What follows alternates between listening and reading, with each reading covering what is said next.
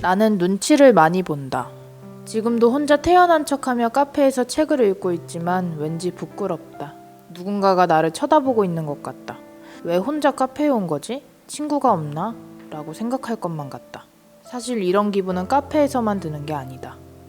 친구와 대화를 할 때도 종종 이런 생각이 든다. 지금 내가 한 말을 어떻게 생각할까? 표정이 별로네. 방금 이야기한 게 재미없었나? 라는 생각이 들며 결국 말이 없어지고 듣고만 있게 된다.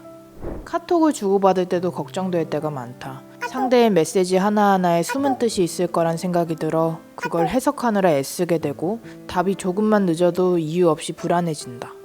항상 다른 사람의 반응을 예측하며 지레짐작하느라 지친다. 난 왜 이렇게 눈치를 볼까? 난 아무래도 자신감이 너무 부족한 사람 같다. 안녕하세요, 라오입니다. 오늘은 나는 왜 눈치를 볼까라는 주제를 뇌과학적 관점으로 알아보도록 하겠습니다. 오늘 체키님이 자신의 경험담을 가지고 찾아와 주셨는데요.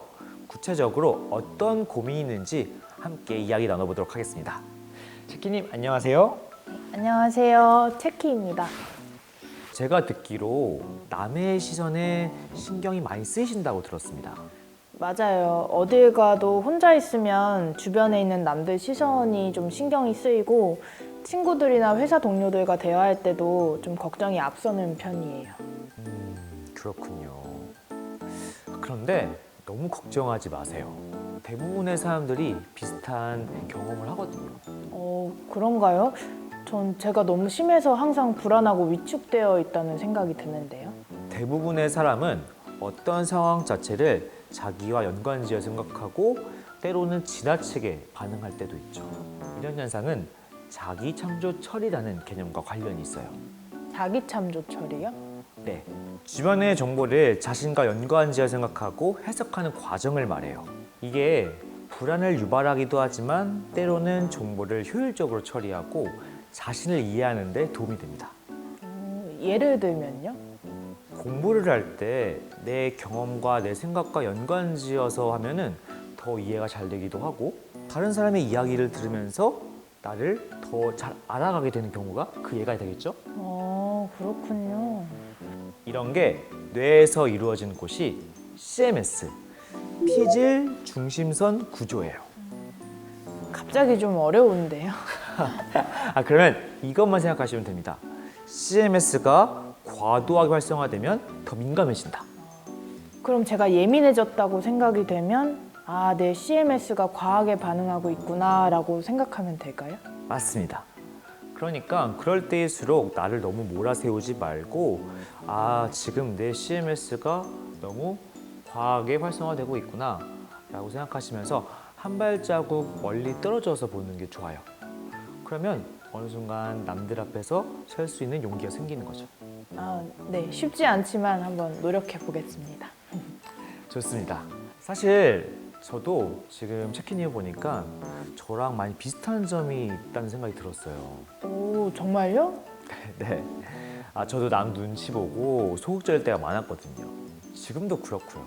그런데 이 세 가지 방법을 알고 나서부터는 극복하는 데 큰 도움이 됐습니다. 지금 알려주실 수 있나요? 네, 좋습니다. 아까 눈치가 보일 때 CMS가 활성화된 거라고 객관적으로 바라보라고 말씀드렸죠. 저도 그런 생각들 덕분에 남들 앞에 조금씩 나설 수 있었는데 하다 보니까 이런 깨달음이 생기더라고요. 어떤 깨달음이요? 우선 첫째, 사람들은 생각보다 나에게 관심이 없다라는 거예요. 맞아요. 근데 또 막상 사람들 앞에 서면 긴장되고 자꾸 눈치를 보게 돼서 문제예요. 아마 그건 내가 아는 사람이라는 생각 때문에 그런 거 아닐까요? 제가 혼자 해외여행을 갔을 때 느낀 게 있거든요. 현지인들은 자신의 일상에 치여서 너무 바쁘고 다른 관광객들은 본인들의 일정에 몰두하느라 생각보다 주변 사람들께 큰 관심을 보이지는 않더라고요. 저도 그러면 군중 속의 무관심을 한번 꼭 경험해 봐야겠어요. 이참에 저 여행 계획도 세워볼까 봐요. 진짜 꼭 한번 해봐요. 왜냐면은 그런 새로운 경험이 나를 변화시키거든요. 그럼 두 번째 깨달음은 뭔가요? 남이 직접 말하기 전까지 지레짐작하지 말자예요. 그거 너무 중요하죠. 네. 예전에 제 동료 중에 저만 보면 표정이 안 좋고 저를 피해 다닌다는 느낌을 받았었거든요. 근데 알고 보니까 저뿐만이 아니라 그 사람 개인적인 문제가 있어서 저뿐만이 아니라 다른 사람들 모두에게 다 그렇게 보였던 거였어요. 맞아요. 그런 오해할 때가 있죠. 저도 회사에서 부장님 표정이 그렇게 신경 쓰이더라고요. 그렇게 나 때문인가 생각이 들 때는 사실 직접적으로 가서 확인해 보는 게 좋아요. 그런데 뭐 부장님께 직접 물어보긴 그러니까 그냥 난 스스로 당당해 라고 생각하시는 게 좋습니다. 네, 쉽진 않지만 한번 해보겠습니다. 그러면 마지막 깨달음은 뭔가요? 남의 반응은 내 몫이 아니라는 점입니다. 사실 내가 통제할 수 있는 건 내 행동뿐이에요. 남의 반응은 어쩔 수 없고 신경을 써봤자 내 에너지만 많이 들기 마련이죠. 맞아요. 괜히 마음 졸여봤자 어떻게 되는 것도 아니더라고요. 그럴 때 그냥 나는 내 행동만 신경 쓴다라고 생각하면은 훨씬 더 마음도 가벼워지고 남의 반응에 일일비하지 않을 수 있어요. 이렇게 얘기하니까 좀 기분이 한결 편안해지는 것 같아요. 도움이 되셨다니 정말 다행입니다. 앞으로 눈치를 안 보게 된 깨달음을 잘 기억해서 이젠 남을 좀 덜 의식하고 살아야겠어요. 좋습니다. 내 마음을 살피는 게 가장 중요하니까요. 그리고 이것도 같이 실천하면 좋아요. 실전법도 있나요? 네, 이 실천법까지 하시면 남의 시선에 덜 민감해질 거예요. 그건 바로